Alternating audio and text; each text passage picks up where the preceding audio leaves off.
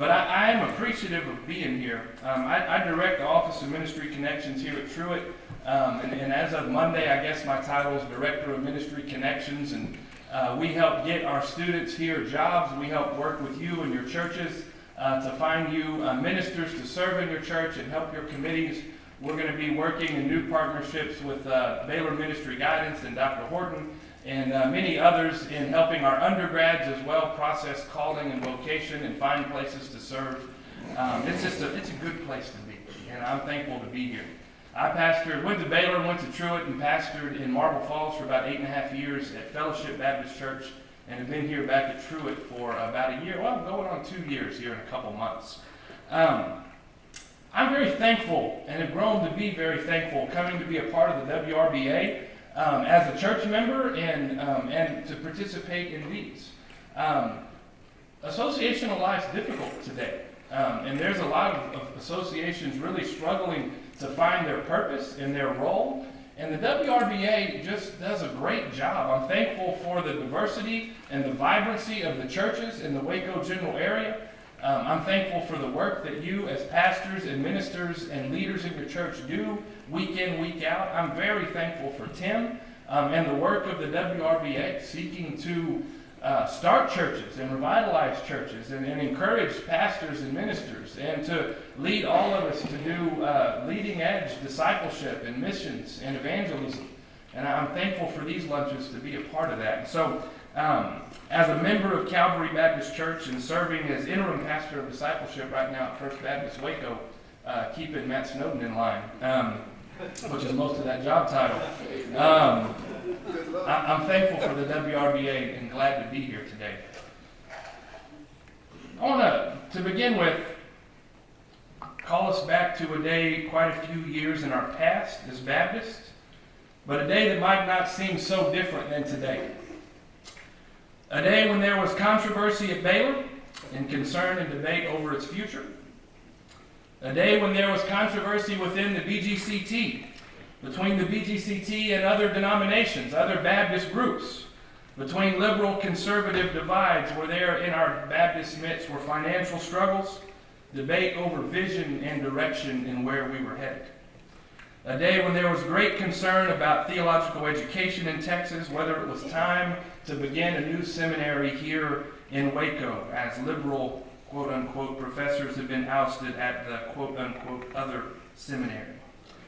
Days when the giants of Baptist life at the time met and planned and prayed and dreamed and raised funds to form a new entity for theological education, centered at First Baptist Waco, where women made up 26 members of the inaugural class, where the local area regional champions for justice and leading edge missional practitioners had a heavy hand along with pastors and professors in developing the seminary identity and curriculum.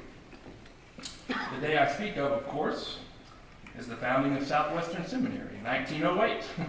More specifically, the founding of Baylor Theological Seminary in 1903, which would become Southwestern Seminary in 1908 at FBC Waco and soon move to its new campus in Fort Worth. It seems in Baylor life, in Texas Baptist life, the more things change, the more they seem to stay the same in some ways.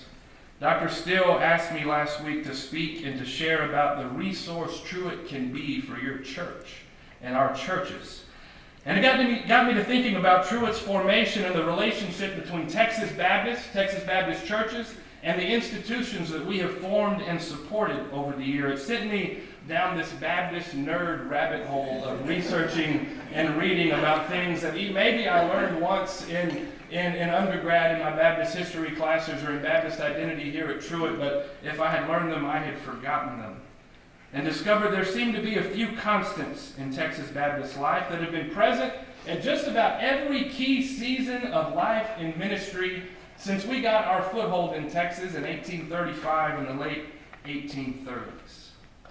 First, there always seems to be a liberal-conservative divide that threatens ongoing kingdom work. In 1839, just a few years after the First Baptists arrived in Texas, they tried to get together Union Baptist Association. And at that, I'm going to have to get my names right. Abner Smith was proposed as moderator, but T.W. Cox, Reverend T.W. Cox, got up and threatened violent opposition. And in the argument, the words liberal and conservative were weaponized and used against each other. And the meeting broke off when Cox and his cronies just walked out, failing in our first attempt to form any sort of cooperative organization in Texas. Thus, the Union Baptist Association, which would become the VGCT in time, wasn't formed until the next year, after a year of cooling off and cooperation and working together in a compromise reached. We've often divided over these issues. We have and we will again. And the issues seem to change every decade or every generation or so, and we of future generations look back at the arguments of previous generations and scoff and laugh a little bit and say, I can't believe they would divide over such things, and yet we find ourselves in similar discussions. This is not a political comment, but an observation that is a constant in the legacy handed down to us. As I've contemplated it, perhaps it's both cause for warning and for hope when division threatens us, as it always seems to do, or often seems to do. When division threatens, the kingdom marches on. When division threatens, so far as it concerns us, we can attempt to view the tensions through a lens of history and therefore gain some perspective. So first, there's always these divides back from the beginning, and we've been really good at continuing them, and I assume we will continue to be. Second, Texas was and is a mission field. We quickly forget that these early Baptist leaders and heroes that came and paved the path for us weren't called as pastors to churches. They were sent to Texas as foreign missionaries, because we were a foreign field. We were a whole other dang country they needed to come to and work in. Two of the three founders of Baylor, Huckins and Tryon, were commissioned to come to Texas as missionaries. Judge R.E.B. Baylor came to Texas not as a commissioned missionary, but with a missionary impulse, set as the third circuit judge of Texas, traveling around adjudicating trials in the morning and preaching revivals at night, with a missionary zeal. Of the 300 families that came with Stephen F. Austin, 11 are thought to have been Baptist.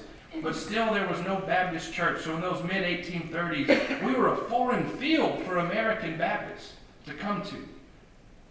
But once churches started gathering, so the missionary plan for Texas was largely to start churches. From the beginning, there was this deep understanding and impulse that God's plan for the world is the church. And so we must start churches. Starting in 1835 at Washington on the Brazos, the first Baptist church started in Texas, continuing on to the many thousands and thousands of differing types and stripes and sizes of Baptist churches that exist today all around our great state. Third, Texas was and is a mission field. Third, once started, churches have a propensity and a tendency to join together to meet the great kingdom needs of their time. When the Union Baptist Association finally did gather in 1840 and didn't split before they could gather, their first action was not a potluck, though I doubt that's true. I'm sure they ate first, but it's not in the records. The first action was to start a group to support home missions, to get people they knew where they lived to come to Texas and help start churches, to raise up people within their midst to start churches, and to start a school for the theological education of its ministers and membership. From the beginning, and the iteration of this group is what formed Baylor University, our first institution in 1845. In 1870s, R.C. Buckner moved to Texas from Kentucky and saw great need among our state to care for our poor and our marginalized and disenfranchised. There was no plan to take care of orphans, no place to care for the elderly among Baptists, many other needs going met. So with unmatched vigor, it's unbelievable to read about. Father Buckner, as he came to be known, formed orphanages around the state, and he formed elderly care centers around the state, and he founded schools and hospitals and worked in prison and juvenile reform, and he worked to improve race relations and provided the first theological education for women in the state. And how he did that was going to Baptist churches around the state, raising funds, raising support, and enlisting them in the cause. From the beginning, we cooperate together for the great kingdom causes of our day, and we do it very well. This is part of our legacy. Of course, we could talk about how we join together with other Baptists to send missionaries around the world. But I want to camp here for a minute, really for today, on this intersection of Baptist churches and our institutions that we form. Because when we join together, what we've tended to do is form great institutions. Baylor University, Buckner Baptist Benevolency is now Buckner International. We could go on to the colleges you attended to, the seminaries you attended to, the mission agencies and benevolence organizations, the hospitals, the schools that exist around our state. We sit in this building here today at the intersection of the history of Baptist churches and institutions on the campus of our oldest institution, Baylor University, in the building of one of our newest, Truett Seminary, separated by almost 150 years in their formation, and yet each created to meet a great kingdom need of their day. One of my favorite activities here at Truett is when the hustle and bustle of our busier days to spend some time out there in the courtyard.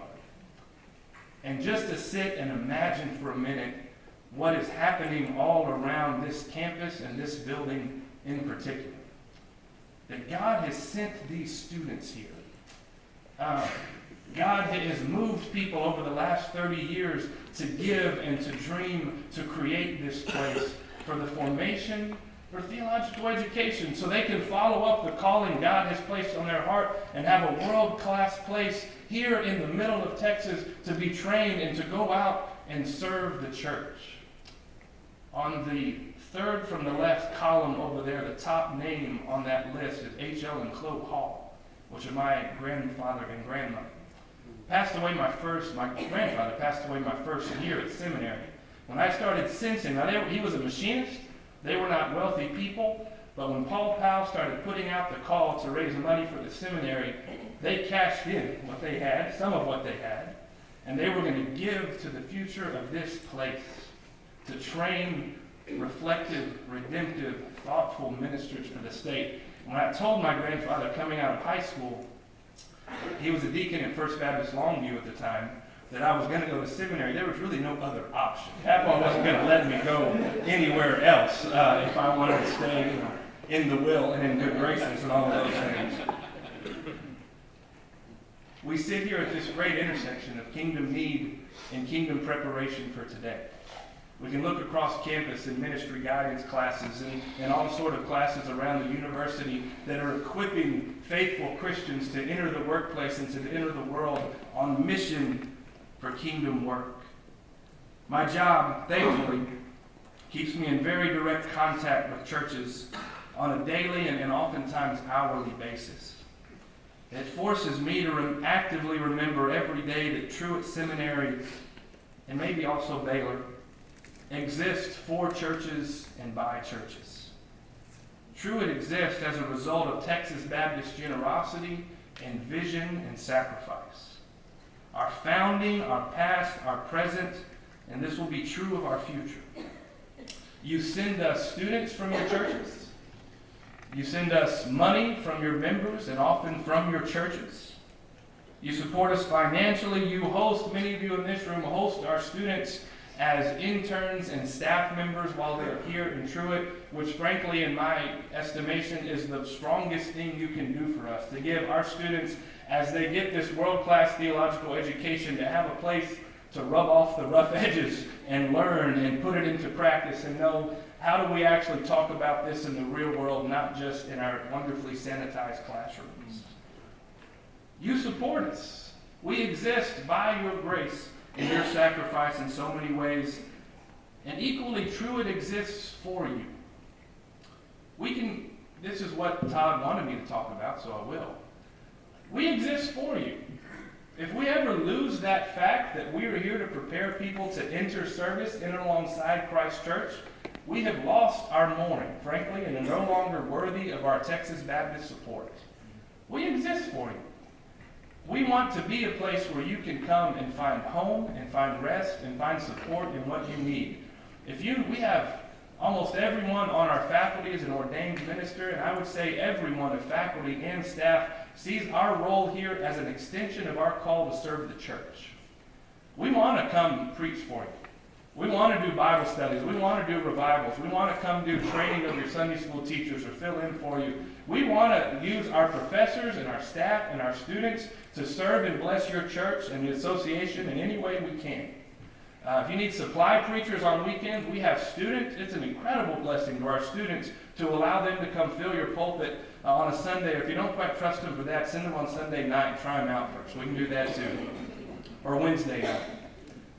We have many ways to support you in what you do. We provide training for pastors and churches regularly throughout the year. There's material about this on the table. This fall, we'll have a preaching symposium here through the Kyle Lake Center. We have other things through the year. We'll have, 5 to 10 of some of the leading preachers in the world today here to preach and to talk about preaching and proclamation here in the fall that you'll be able to attend at a very reasonable price.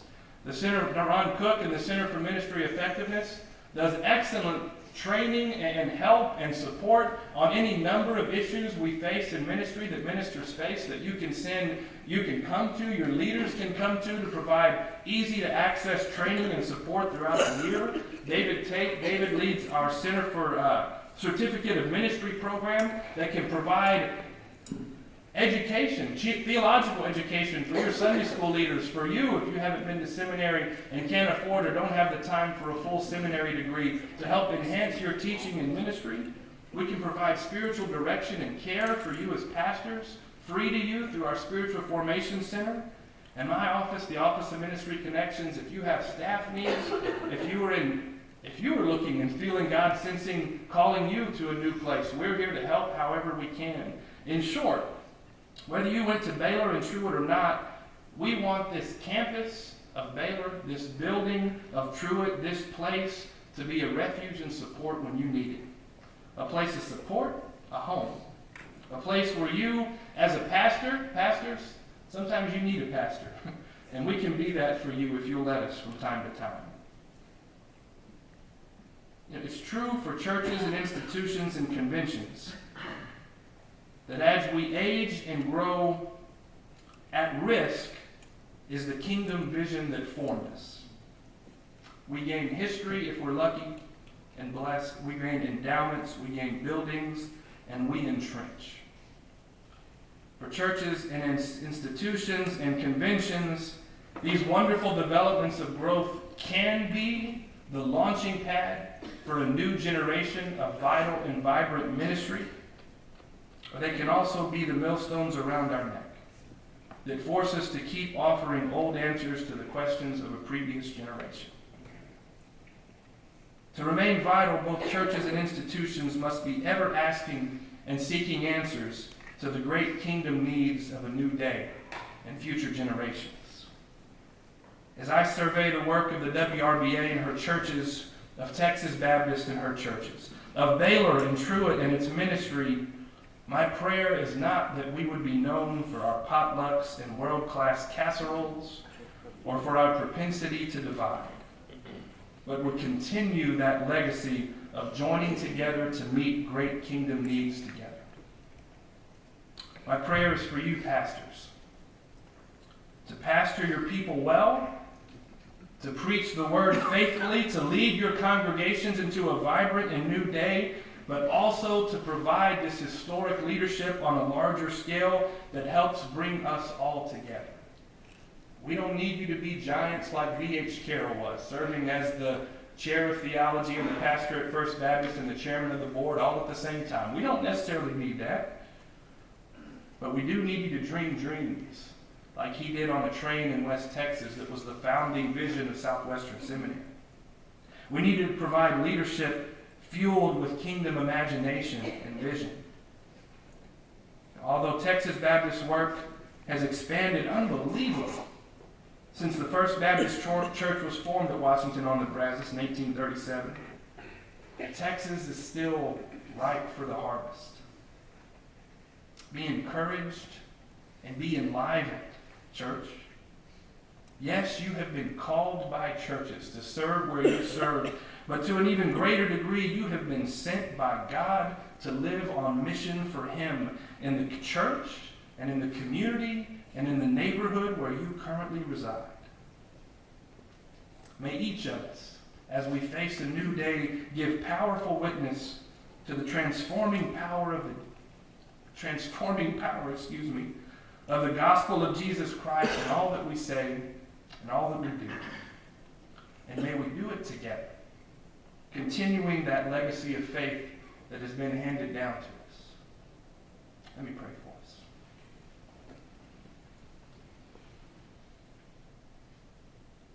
God, we face new challenges that no generation has faced before us as people called to live for you, as disciples, as ministers, as pastors. But so said each generation before us. Among these leaders of your church, implant new dreams and questions and answers to meet the kingdom needs of the days to come. Implant minds and souls and hearts that are wise to learn from the lessons of the legacy passed down to us. To imagine the great, unbelievable, God-sized things that can happen when we join together, when we partner together to work for your kingdom. We thank you for the wonderful privilege that it is to serve you and to wake up each day living on mission and doing the work to which you have called us. In your name we pray. Amen.